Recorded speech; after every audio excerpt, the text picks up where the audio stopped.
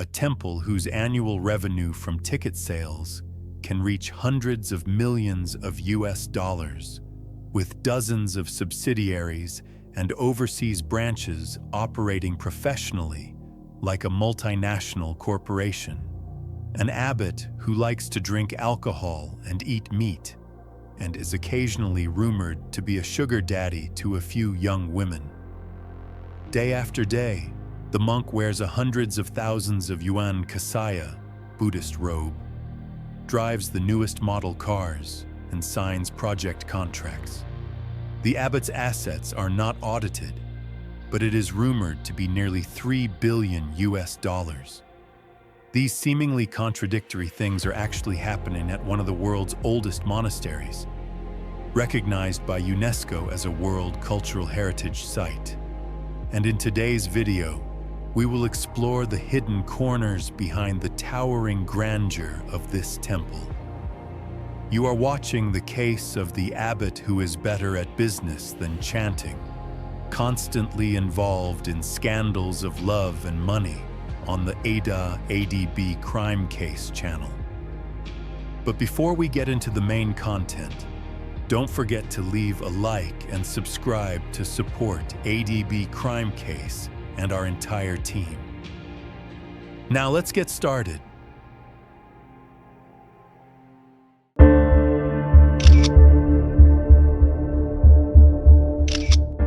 Shi Yongxin's birth name is Liu Yingcheng, born in 1965.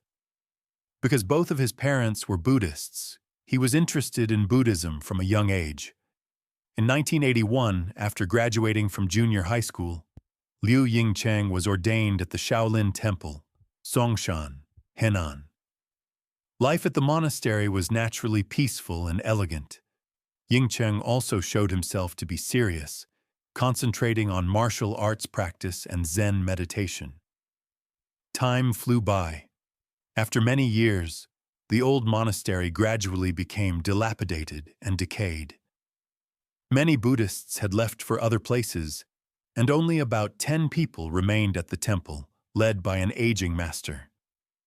They all survived by taking care of the old temple and 28 acres of land. Recognizing Liu Yingcheng's intelligence and quick wit, Master Xingzheng accepted Liu Yingcheng as a disciple and gave him the name Yongxin. From then on, Liu Yingcheng changed his name to Shi Yongxin. In 1982, the resounding success of the film Shaolin Temple, starring Jet Li, brought the dilapidated temple of Shi Yongxin back into the spotlight. The film became a nationwide sensation. At that time, movie tickets only cost 1 or 2 cents, but Shaolin Temple's box office revenue reached an impressive 1.61 billion Chinese yuan. This shows the incredible craze for the movie at the time. In Hong Kong, Shaolin Temple's revenue reached 16.15 million Hong Kong dollars, breaking the previous record set by Bruce Lee. The film's popularity sparked a wave of Shaolin martial arts practice, not only in China, but across the globe. This success was a turning point in the development of the Shaolin Temple. However, many problems arose as a result. Excited by the film, many tourists traveled long distances to visit this 1,000-year-old historical temple. Some even wanted to study martial arts. But upon arrival, they only found a ruined temple covered in weeds, without even a proper road to enter. Inside the temple, tourists also wanted to witness martial arts masters, young and strong monks practicing high-level kung fu like in the movie. But they discovered there were no young monks, only old masters with an average age of about 70, many of whom had almost lost all their teeth. Disappointed, tourists sighed, feeling cheated, and left. 2 years later, Master Xingzheng, the temple abbot, passed away, entered nirvana. He had been the elder of the Shaolin Temple since the early years of the Qing dynasty. This role was passed on to his closest disciple, Shi Yongxin, who was only 22 years old. Before Master Xingzheng died, he personally urged Shi Yongxin to find every way to restore Shaolin Temple's former prestige. Shi Yongxin certainly did not want to disappoint his master's expectations. However, the path he chose differed greatly from what Master Xingzheng might have imagined. He believed that the Shaolin monastery needed a good source of income to continue developing. Taking advantage of the popularity of the movie Shaolin Temple 2 years later, Shi Yongxin established the Shaolin Kung Fu team, traveling across the country to perform martial arts. The positive aspect of this action was that it helped the temple quickly earn a huge profit, while also strongly promoting the Kung Fu martial arts movement nationwide. But the negative aspect was that the monks no longer focused on Zen meditation. All their attention was placed on commercial activities that brought money to the temple. With this approach, the Shaolin monastery quickly entered a period of strong revival. The road leading to the monastery gate was always busy with vehicles and transportation from everywhere. Stores sprang up like mushrooms, crowding both sides of the road. The temple was also renovated and new buildings were constructed, including a Dharma hall, bell tower, and library, making it unrecognizable from the dilapidated old structures of the past. But that was not all. Shi Yongxin also planned to turn the Shaolin monastery into an enterprise under his own control. And as a business, chanting and scriptures were secondary. The priority was generating money, advertising, and having stable customer revenue. No sooner said than done in 1995, for the 1500th anniversary of the legendary Shaolin Temple, Shi Yongxin sought out an advertising company to discuss various communication methods, while also inviting over 400 reporters to attend and cover the event. Perhaps he is the father of the temple marketing models, spiritual marketing, that are currently popular in many places. And with a bit of marketing, the result was naturally much better. Shaolin Temple was always bustling with activity. The amenities in the temple were built to be luxurious and beautiful, rivaling any tourist resort. And you will be even more astonished by the extraordinary milestone that followed.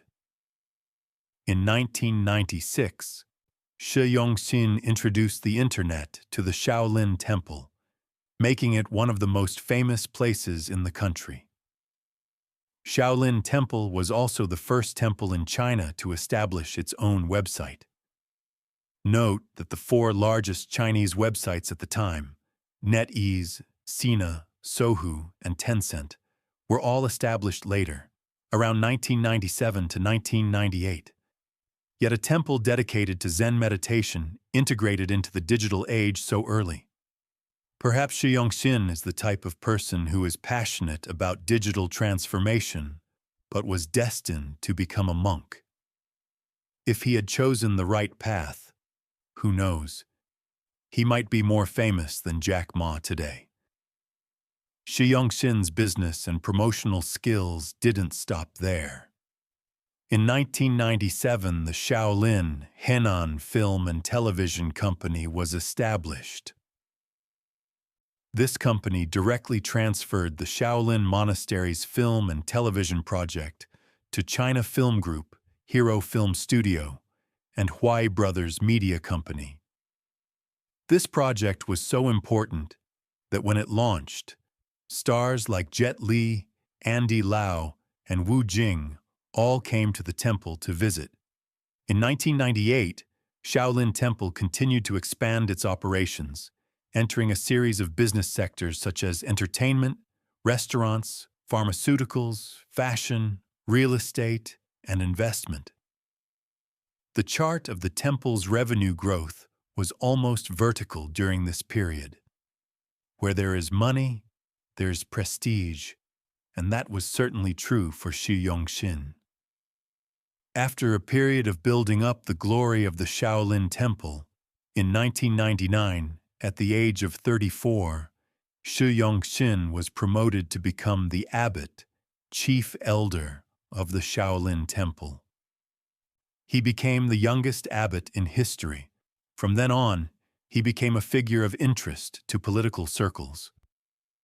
In 1999, Shi Yongxin met Queen Elizabeth II.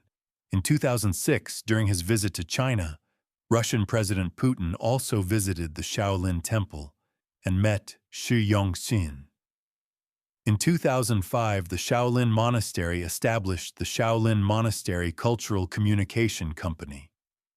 At that time, domestic talent search programs were very popular, and the Shaolin Monastery did not want to be left behind. Beginning to organize the largest martial arts star search competition ever.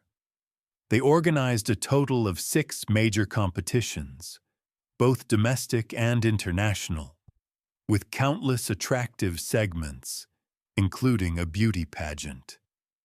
The winner would have the opportunity to participate in a TV series about the Shaolin Monastery Academy. Many sources report that each performance by the Shaolin disciples could bring in a profit of up to 1.5 million Chinese yuan. This figure could increase many times if they were invited to perform abroad. It is precisely because of his extraordinary business ability that rumors spread that this abbot must have an MBA degree from the US, and that he was the first monk to graduate with an MBA. But this rumor was clarified by Shi Yongxin himself in an interview with Hoke RDPOW magazine. He affirmed that, "This is completely untrue.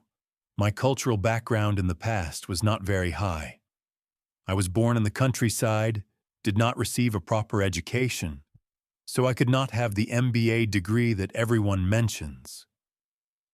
Nevertheless, Shi Yongxin's strategies for boosting the Shaolin Temple's revenue would likely be admired even by doctors of economics. He continued by establishing the company Beijing Yin Industry Limited in May 2008. Shi Yongxin also quickly caught up with the e-commerce wave.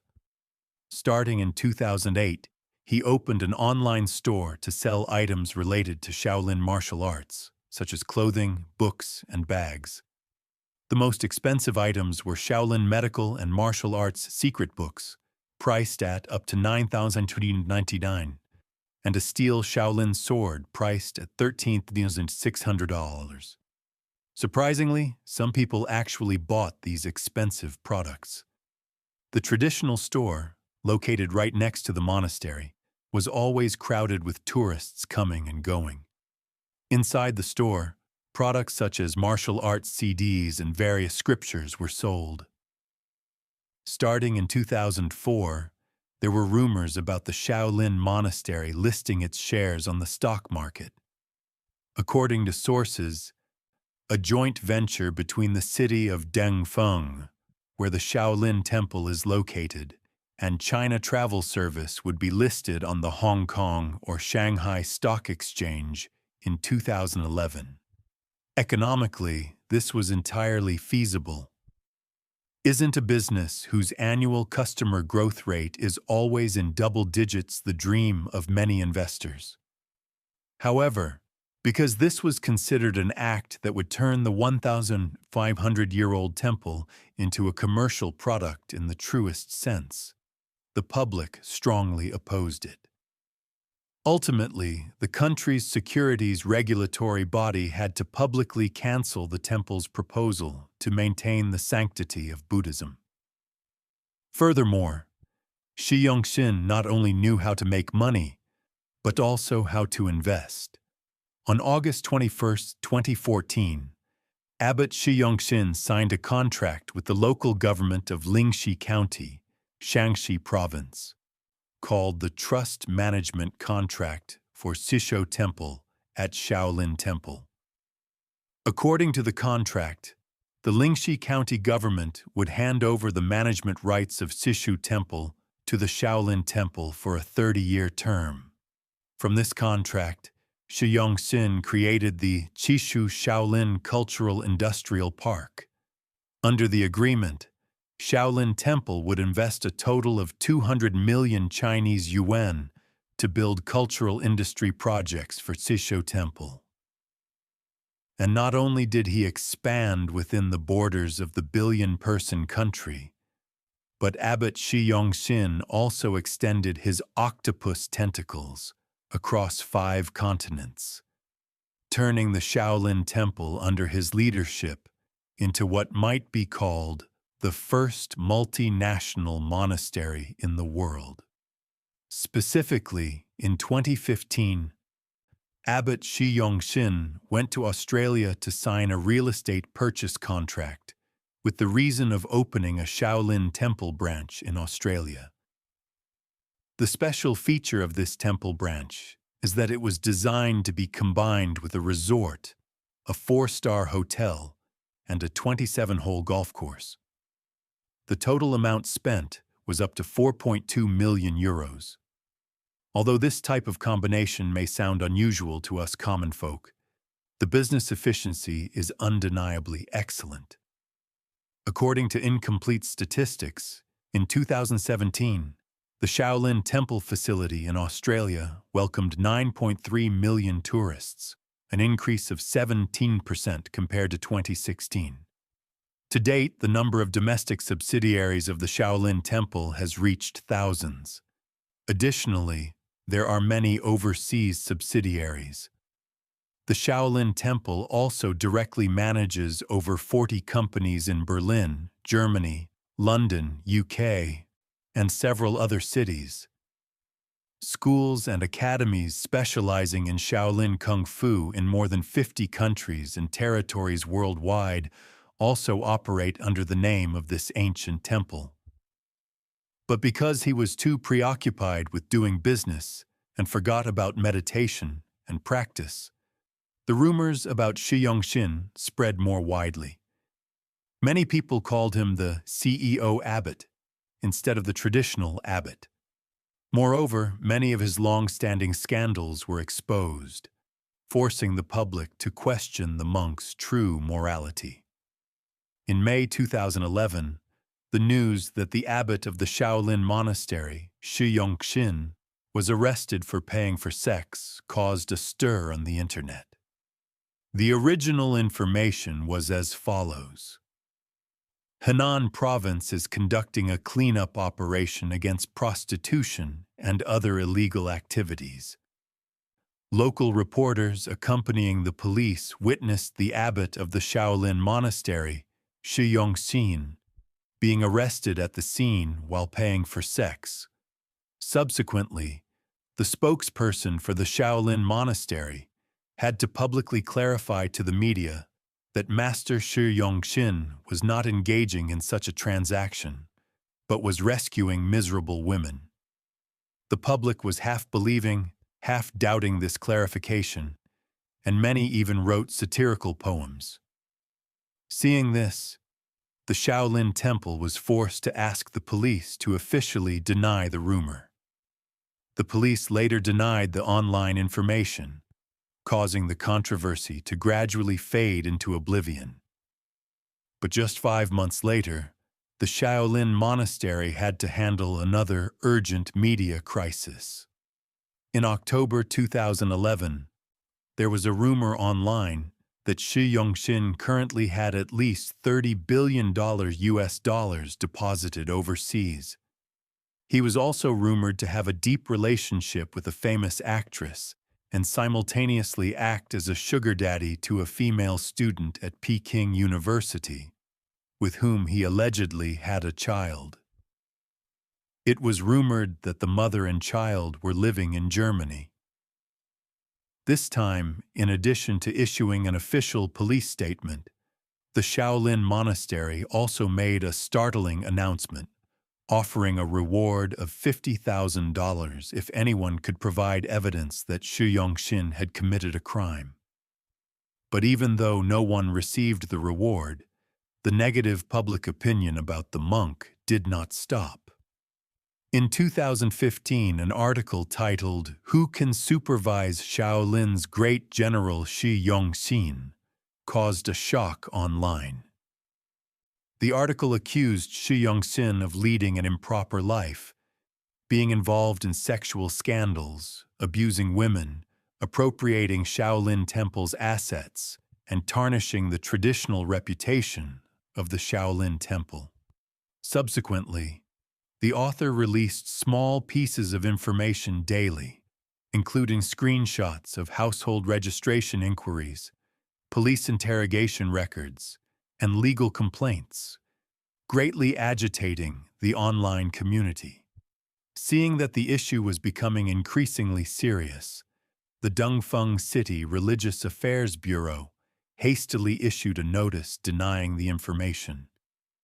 But before the matter could be settled, just a few days later, one of the 4 great Vajras, major figures, of the Shaolin Monastery, along with many people who had lived and worked there, stood up to accuse Shi Yongxin of abusing power, embezzling public funds, bribery, abusing his position, possessing illegal assets, and many other issues.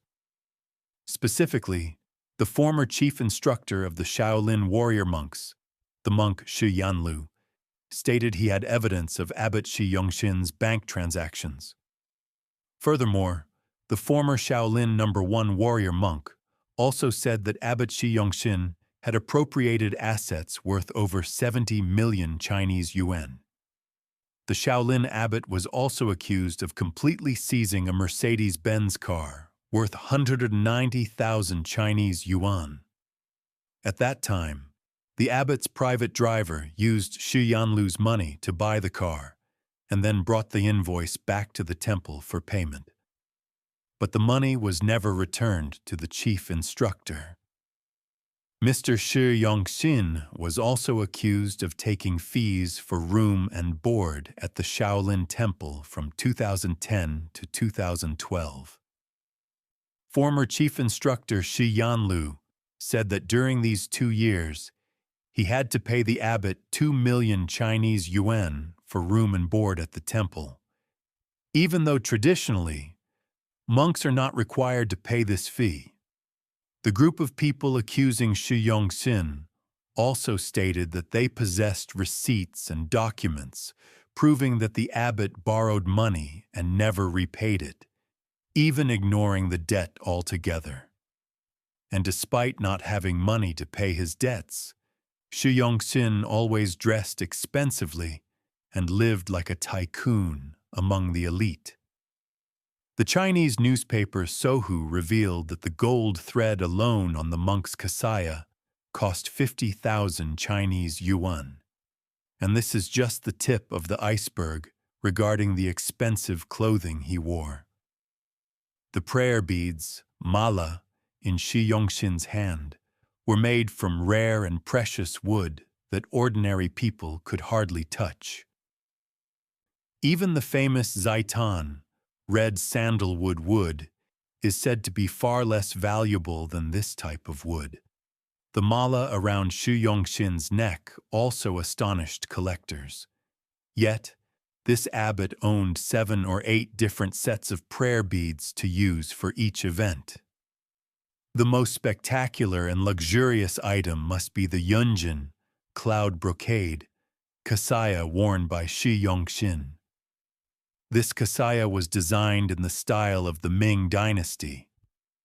Rumors suggested that the kasaya was priced at about 160,000 Chinese yuan, but in reality, its value is much greater because it was meticulously designed using precious brocade material. From the hanger hook on the garment to the gold threads, everything was made of 18K gold and studded with high-grade emeralds. According to sources, it required 48 people, 16 looms, and a year and a half to complete Shi Yongxin's kasaya. Therefore, the estimated cost of this Yunjin kasaya must be up to 550,000 Chinese yuan. Shi Yongxin said this unique item was a gift from the Nanjing Brocade Research Institute. He did not have to pay a single penny. But in life, does anyone give something away for free without some benefit in mind? And why would they give gold and gem-studded items to a high-ranking monk who supposedly wants to abandon the secular world to enter the Buddhist path?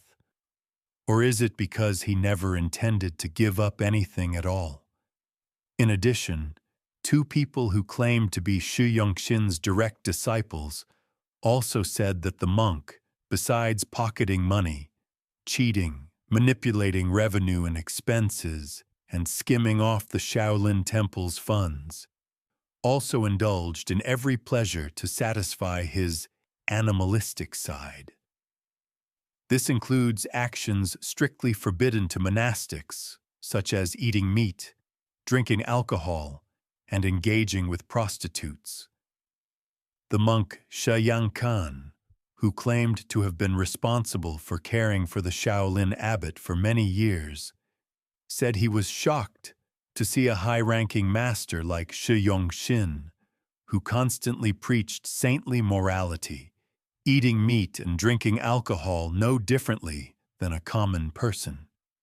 This master even repeatedly instructed his disciple, "Junior, don't always bring vegetarian food for the abbot.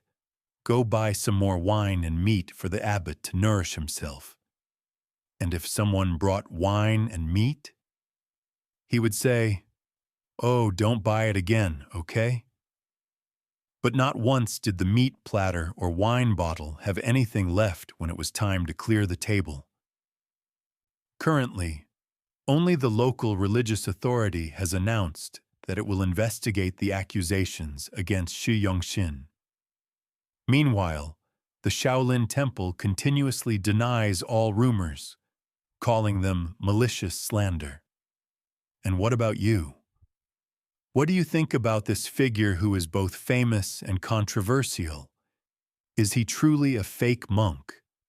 Or does the concept of Buddhist compassion and saving all sentient beings also need to change to fit the market economy? Please share your opinion in the comments below to discuss. And if this content left an impression on you, don't leave without giving ADB Crime Case a like and a subscribe to support ADB Crime Case and the creative team. Now, goodbye and see you again.